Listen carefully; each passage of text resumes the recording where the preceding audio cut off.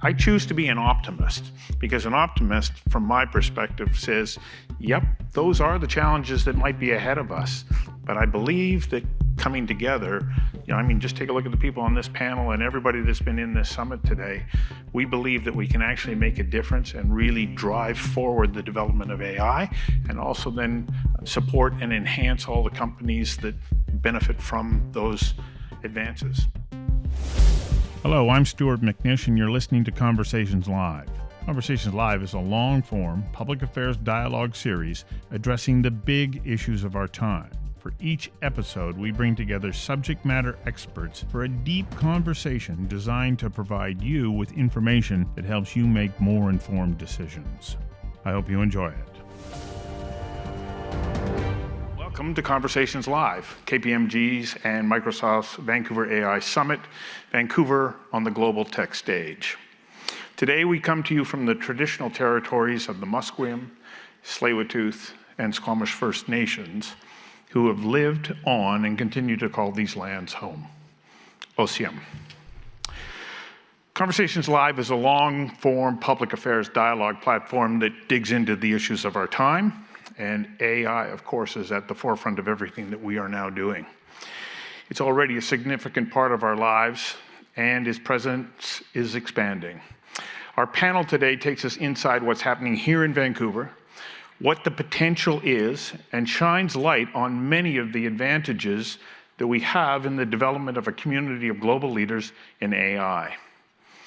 Or is that vision a bit of a hallucination? You know about the hallucination effect in AI.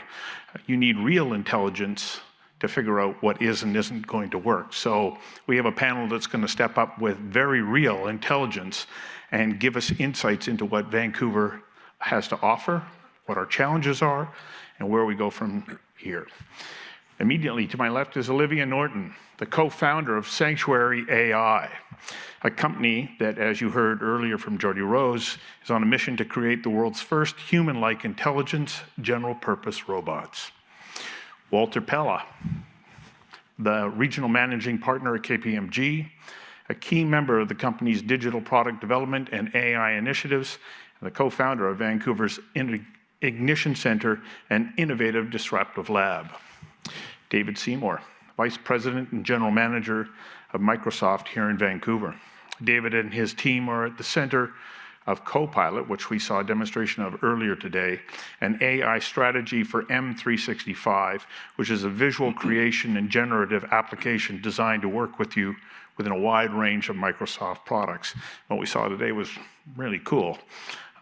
Thom, he is the Vice President at D-Wave, one of the world's leading quantum computing technology companies, a company that is already improving supply chain management and will play an increasingly important role in the delivery of AI products and services.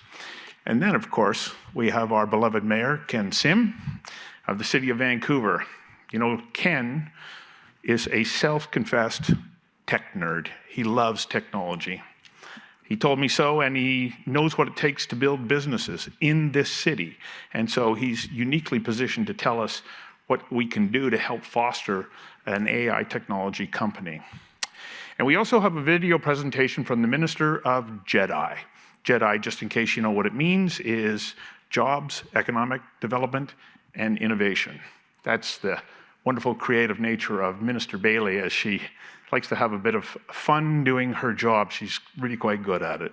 So, Mike, can I ask you to roll that video from Minister Bailey, and then we'll start with the panel. Hello, everyone. I'm Brenda Bailey, Minister of Jobs, Economic Development and Innovation for the province of British Columbia. Thank you, Walter, for inviting me to KPMG Vancouver's AI Summit, Generate Your Future 2.0. I wish I could have joined you in person today to have heard firsthand the incredible lineup of speakers. What a great opportunity to engage with Jordy Rose, Kay Firth Butterfield, many KPMG leaders, and others. And I've heard also that I'm missing out on KPMG's interactive playground, which sounds like the type of space I would enjoy exploring. I am, though, still delighted to be here with you digitally, and I do assure you that this video is not AI generated. I would have gotten rid of some of the wrinkles. Before we get started, I want to acknowledge that I'm speaking to you from home on the traditional and unceded territories of the Musqueam, the Squamish, and the Tsleil-Waututh First Nations people. And I say those names with tremendous respect and a personal commitment to reconciliation. After a full day of information sharing and networking, most of you are likely thinking about your next steps around AI in your industry. In my role as Minister, I want to assure you that our government recognizes the opportunity that BC has ahead of us to emerge as a global AI leader and the challenges that come with that position. We have been on a bit of a tear in BC, growing our tech sector. A report from CBRE last fall showed that Vancouver was tied for Austin, Texas, for the fastest job growth in North America for the 2 years prior, and the fastest growing since 2017. We have built a robust tech sector, over 11,000 companies and counting. BC's strong concentration of talent and innovation ecosystem is arguably effective at breeding high-value growth companies too.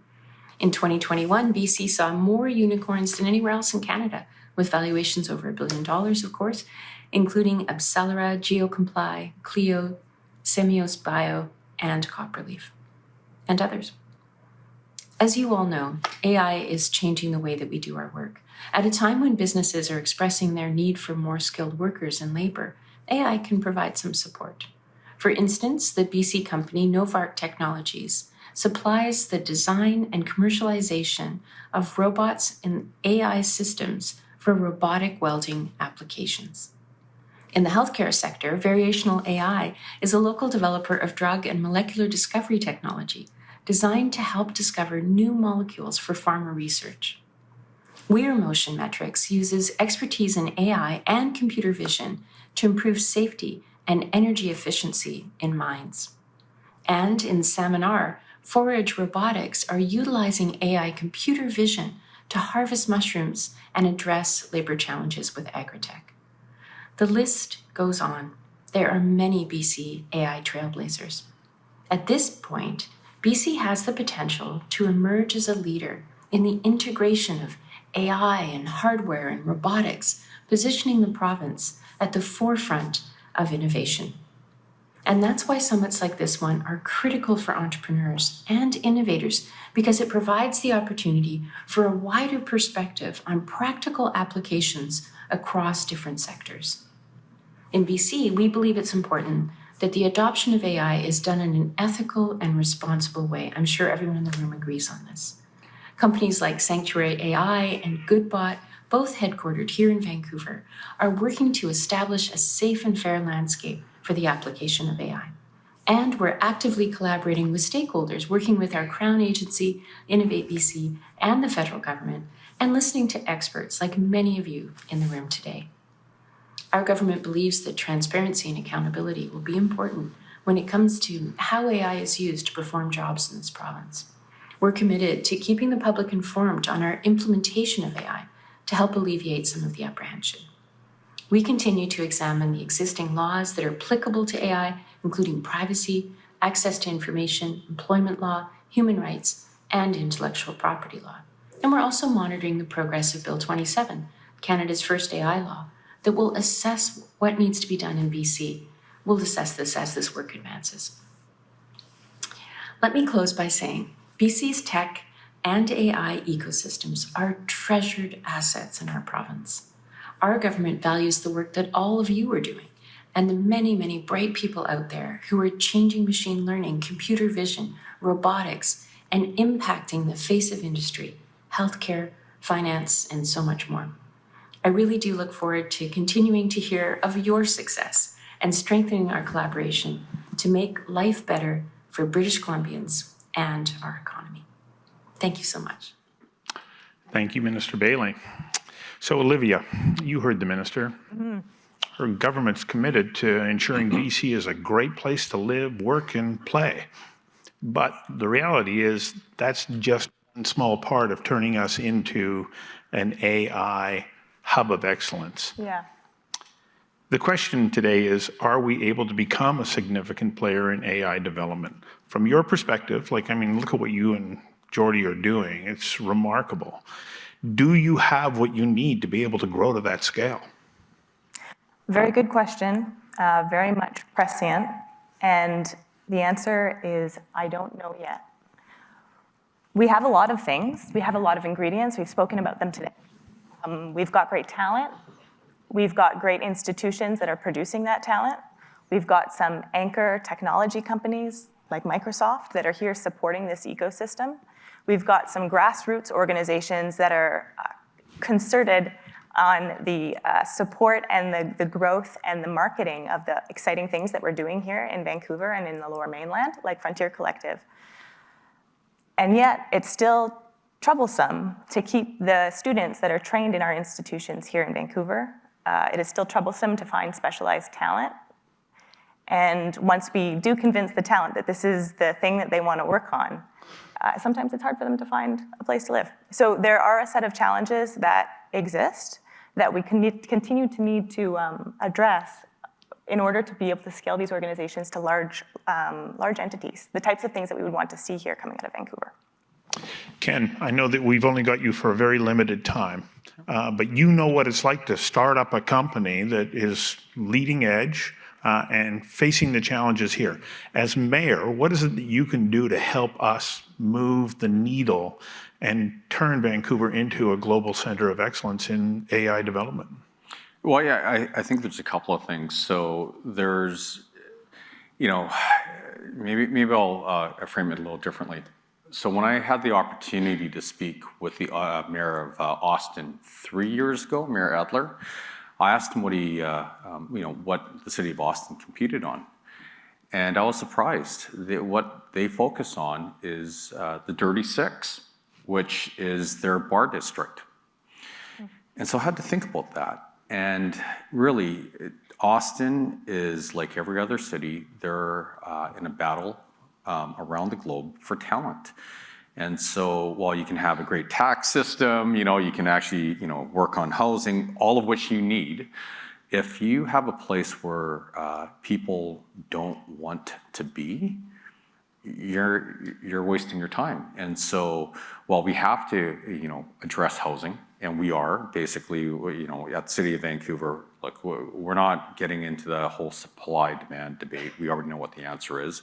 And we value, building homes over shadows or, view cones. And we will, we've been very clear that we'll densify this place. And we're going to create an environment where businesses can succeed. This is where the swagger comes in. And that's really, how do we make Vancouver a place where people choose to live and they want to be here? And if we do that, we really move the needle on being able to attract talent, that people that will live here and that will actually want to work in our companies. The second thing the City of Vancouver can do is, I truly believe half of the role of mayor of this city should be to wave the flag and let people know of all the amazing things that we're doing here. Look, we're not doing the amazing things. It's, the group up here, the Frontier Collective, people that are working in AI, people that are working in blockchain, the movie industry, the gaming industry, the list goes on and on.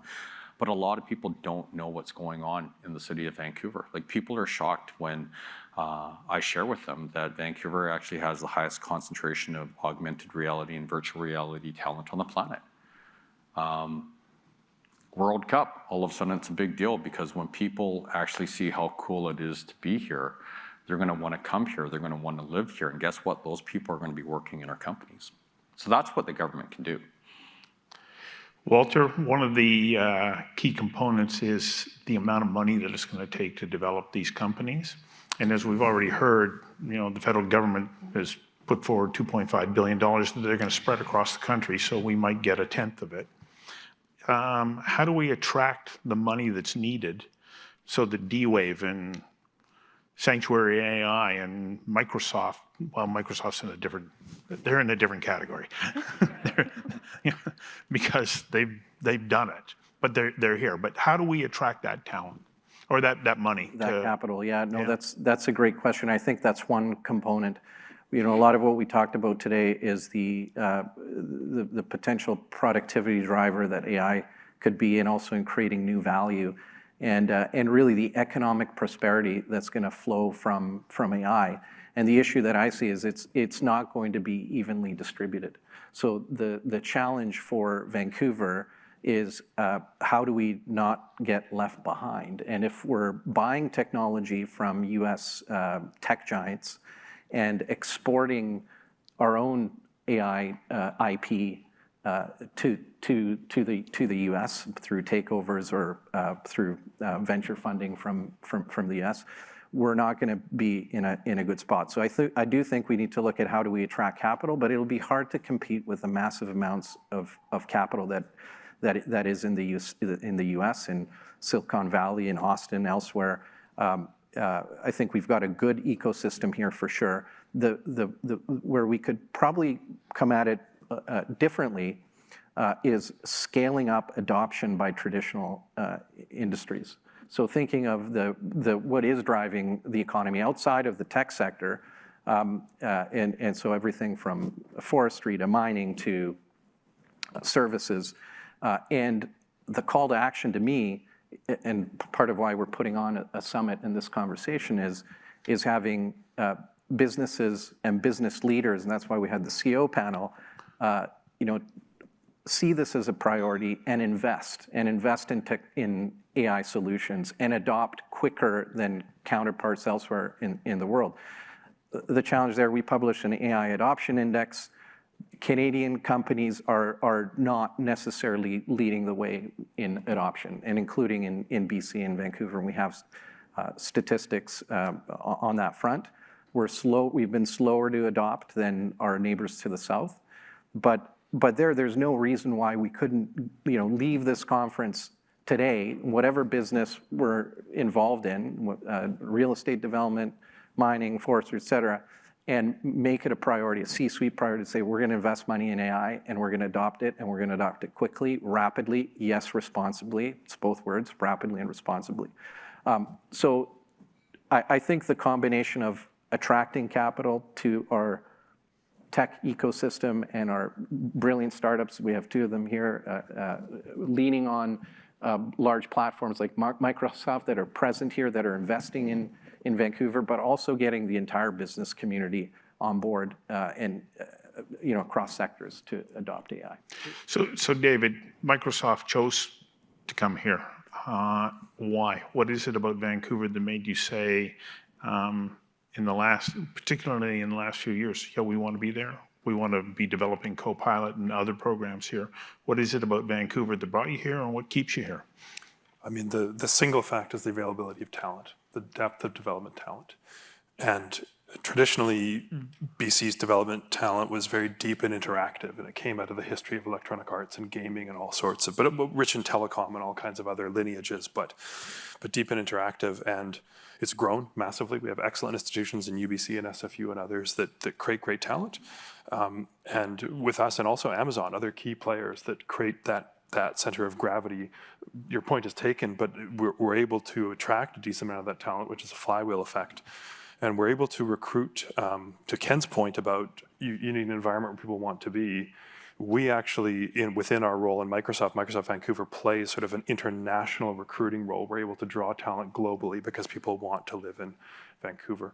But the depth of talent is highly relevant, and the relevance of our specific development talent skill set in BC, which is quite creative, quite interactive, focused, can reference VR, AR, gaming, a lot of film, Hollywood North, a lot of creative tech development, is that it's becoming even more relevant with AI, with digital twins, and with a lot of what I think the major transformation is going to be in the next few years.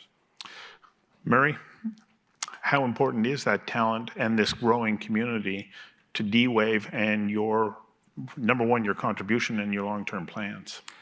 Well, I think it's absolutely critical. I'm thinking about all the fantastic presentations we've had today. I mean, when we're thinking about, Vancouver, BC, our local impact in artificial intelligence, we have to think about where are our strengths and where are our weaknesses. So, and not just in small transient factors, but like major consistent factors, right? We're never going to have a larger population than some other centers, right? Population is a huge resource, and that's important, and we're smaller, but any community, you can always choose a community that's going to be our size. The second thing is to do with capital, right? We just don't have the same volume of capital as some other locations, so, okay, we've got to keep track of that. Access to talent is important. The other thing is we have tremendous access to knowledge, right? Information is incredibly important, and a lot of people here have access to a lot of valuable information, so let's use that. And the other thing is that as we're creating organizations, we have to think about a process that allows them to be most successful. Artificial intelligence, when I'm talking to bakers in the United States, they're like, how should I think about this? And the way to think about it is, how do you create value with artificial intelligence?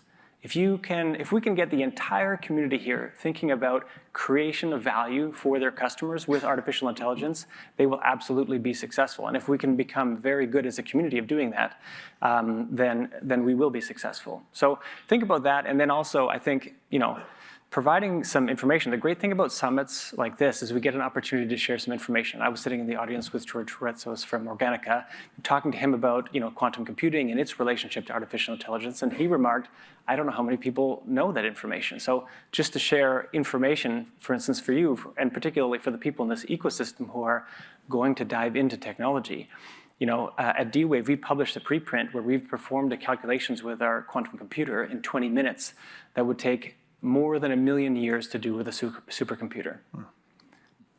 Okay, let that settle in, more than 1 million years. Now let's think about sustainability, energy consumption. What would be the energy consumption required for that calculation? It would be more than the global energy consumption for an entire year. Okay, so now let's look at quantum computing technology. Our systems consume about 15 kilowatts of power. That's about as much power as we're using in this room.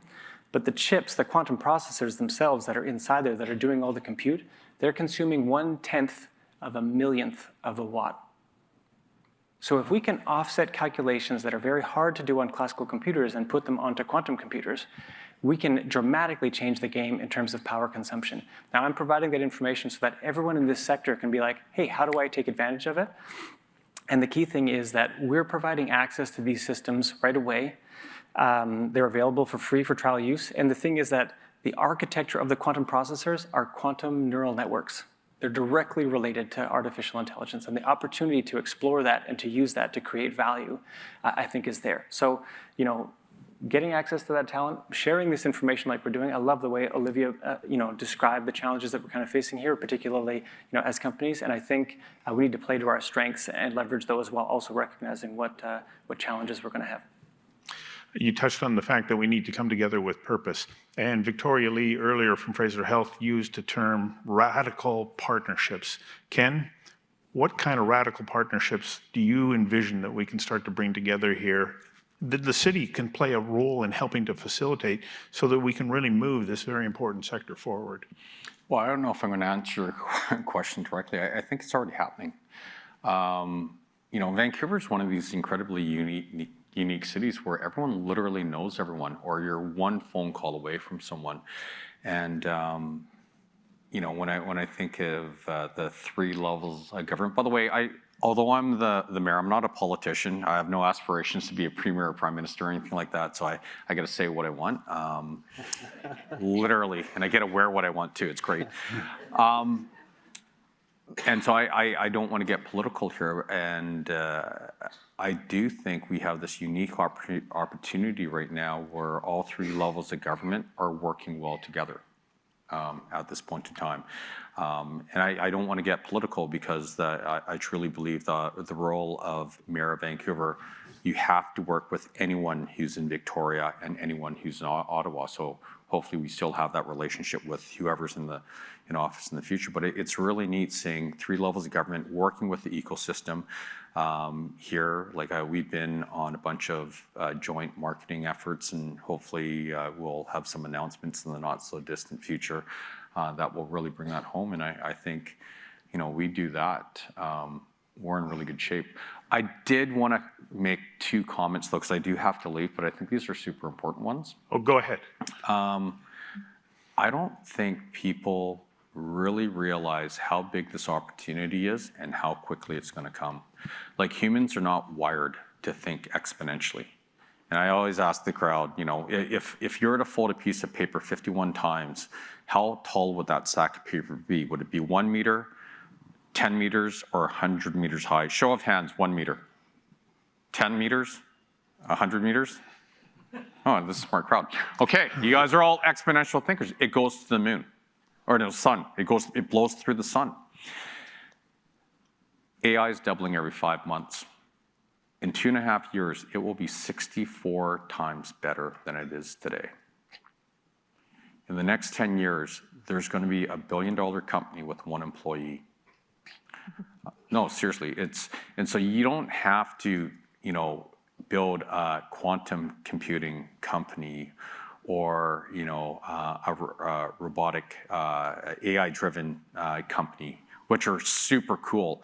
You could literally be in producing widgets, you can be in construction, and you can apply these tools to AI in your businesses and create world-class businesses here. And that's the oxymoron of this whole thing. We talk about, and we still want to solve the human capital issue. And with AI, it's actually going to solve a lot of our human capital issues. So take that as an opportunity. It's the most exciting time, I think, ever in human history. Thank you, Mr. Mayor. I know that you have to leave. But on that note, Olivia, when Jordy was up here earlier talking, he put up a slide that says, oh, by the way, we're hiring.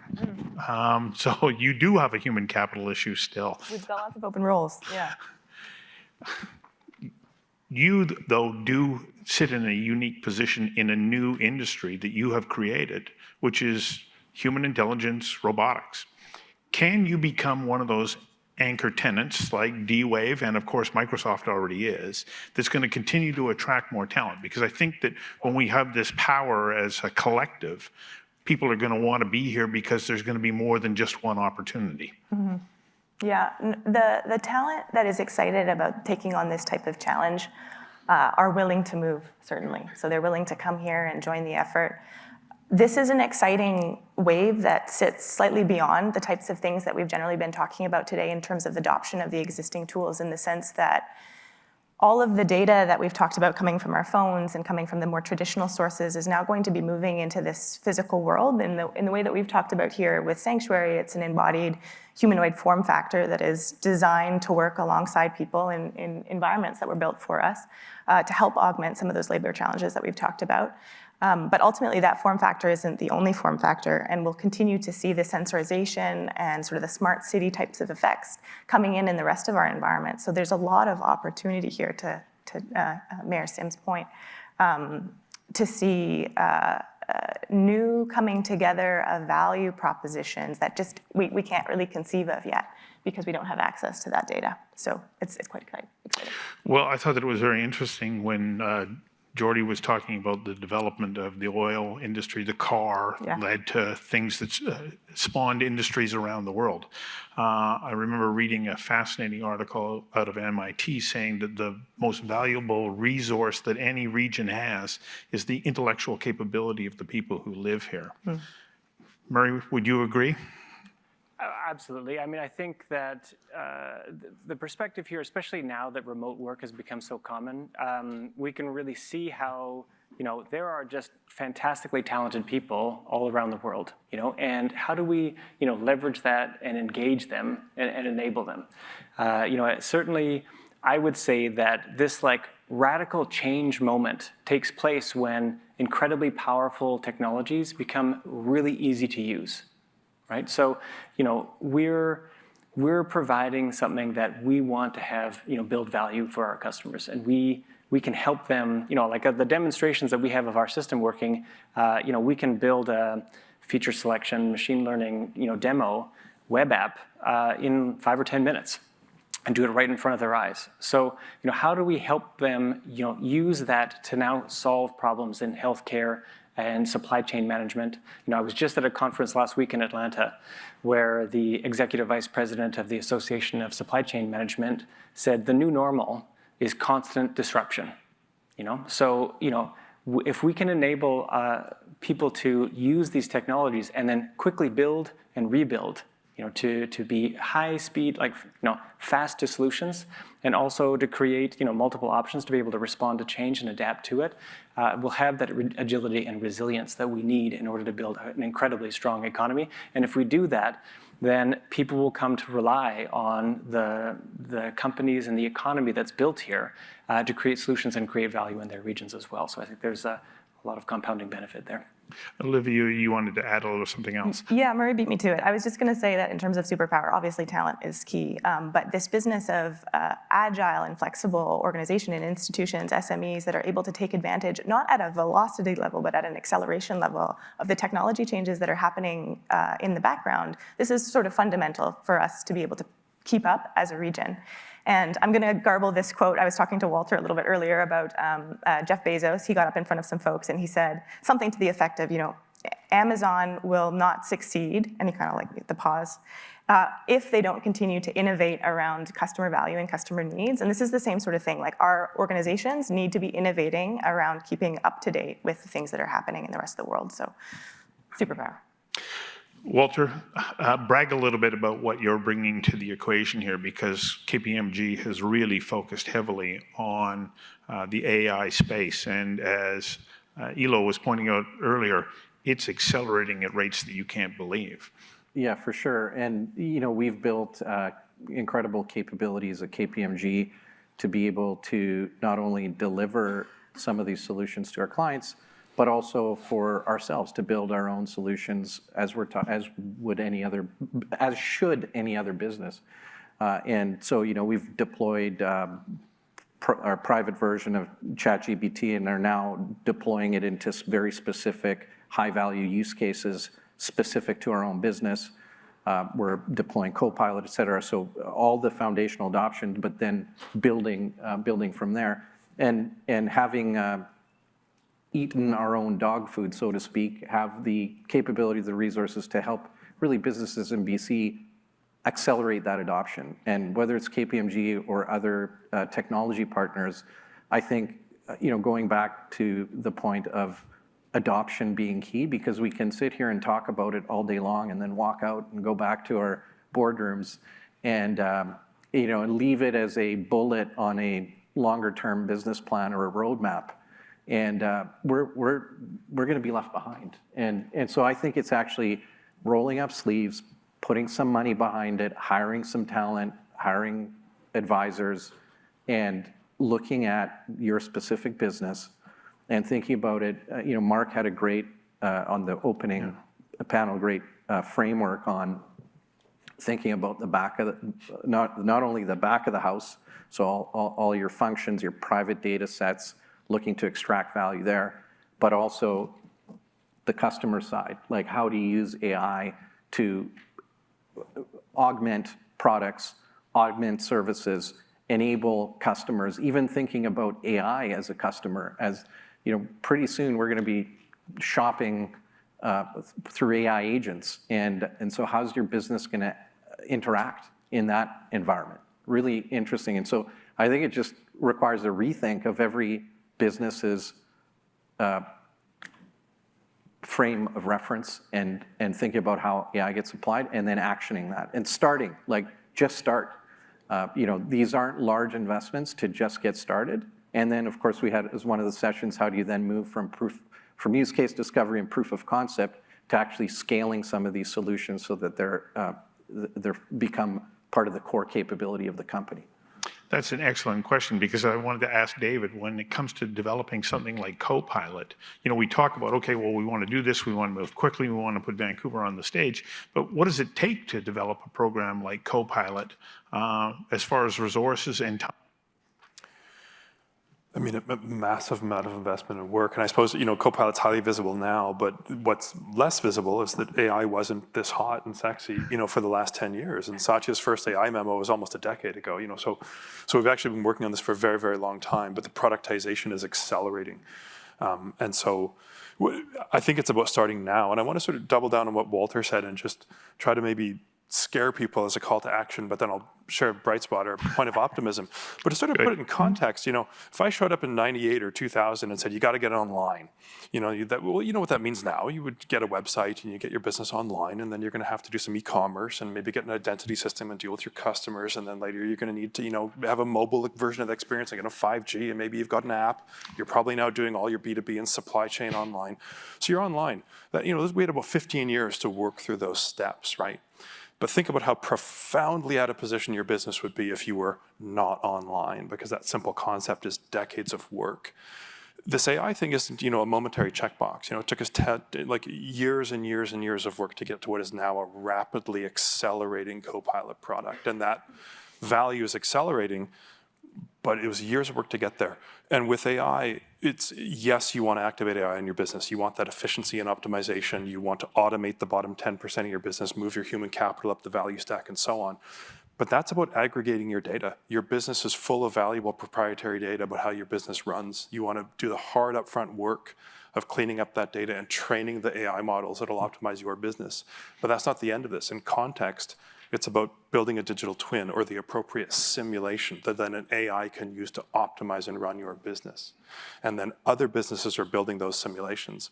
The metaverse will be built in enterprise. Supply chain and B2B is going to move to interop between business simulations and AI that optimize them. And then all that against the backdrop of quantum, and quantum being able to do unbelievable optimizations and pre-calcs against how to run.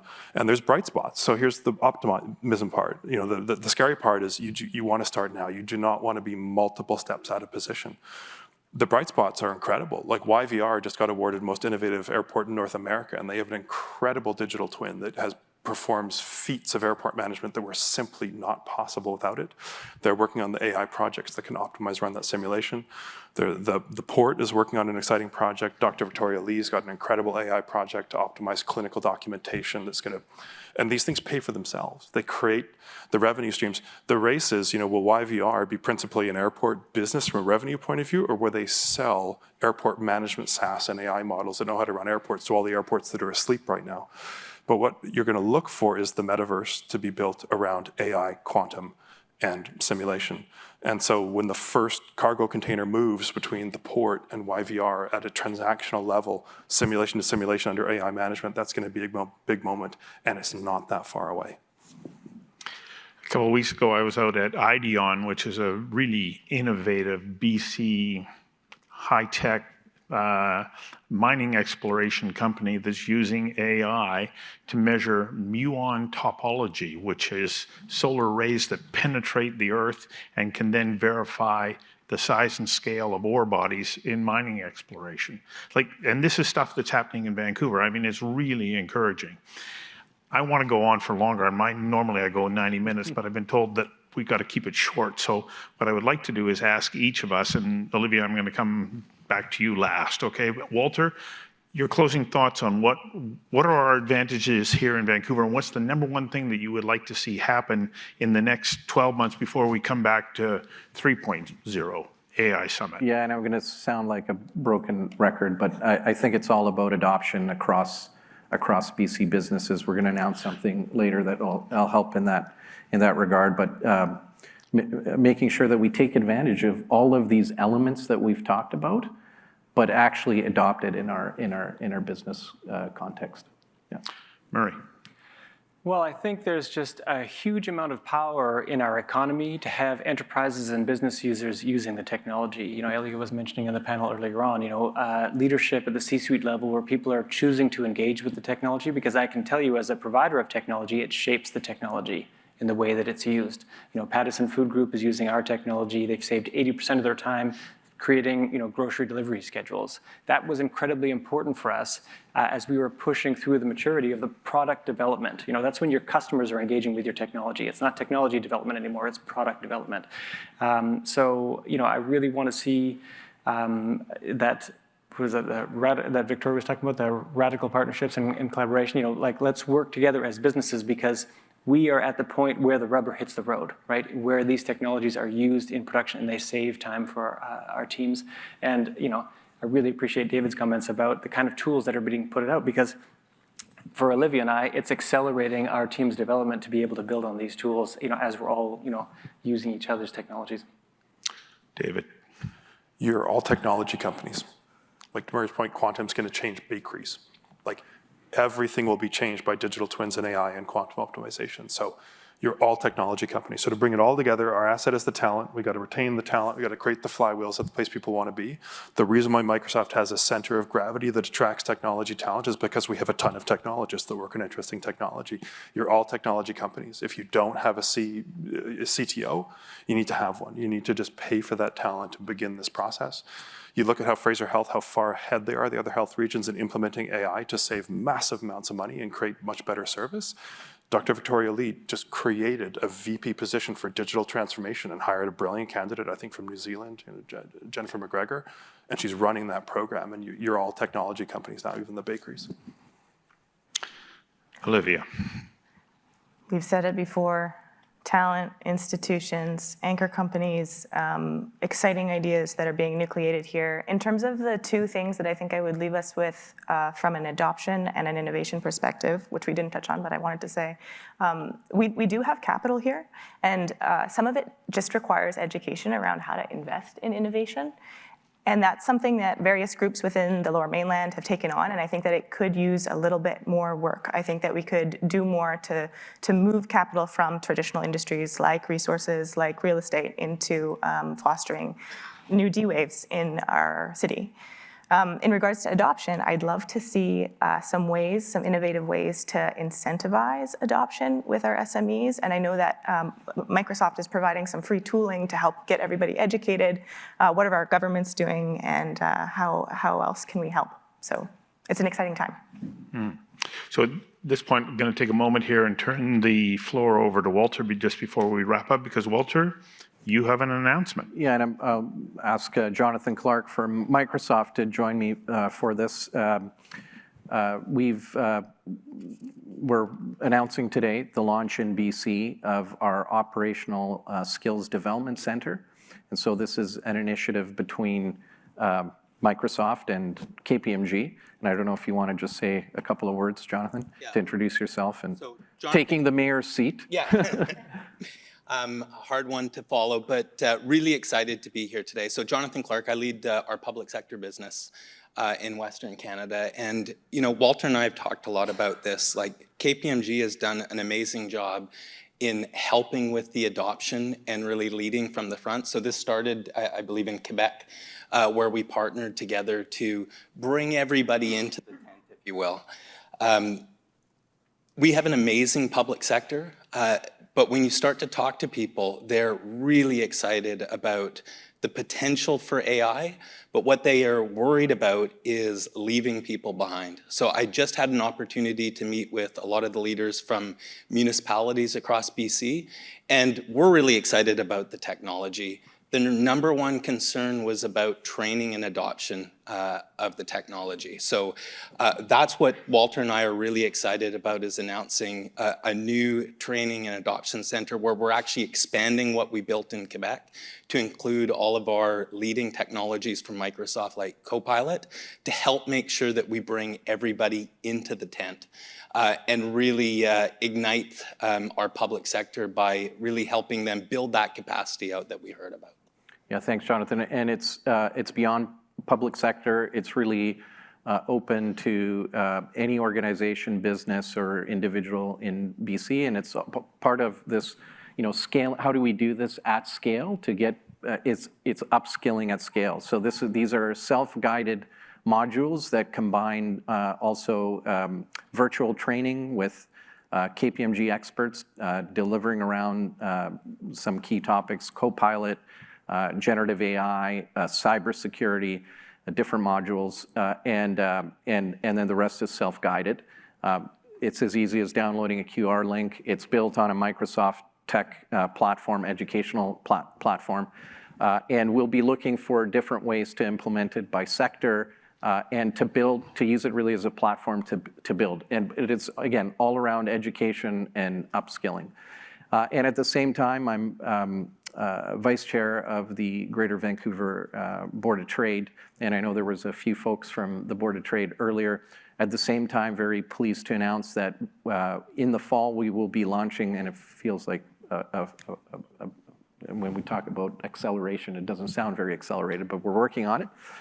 We will be launching an AI adoption training program to be made available to the Board of Trade members. And I think this is, again, very important because if the theme that I've brought to the table to this discussion is we need every business to be adopting AI, and it starts with education and upskilling for management and executive leadership. So very pleased with both announcements, and thank you to Microsoft. It's been a great partnership. Thanks, Walter, and thank you all for joining us this afternoon. You go into a panel like this, you take a look at what are Vancouver's advantages, and we know historically we're really good at incubating ideas, and we see them grow to a certain stage, and then off they go. And the pessimist in me sort of goes, oh, are we on that same slope? But I choose to be an optimist, because an optimist, from my perspective, says, yep, those are the challenges that might be ahead of us. But I believe that coming together, just take a look at the people on this panel and everybody that's been in this summit today.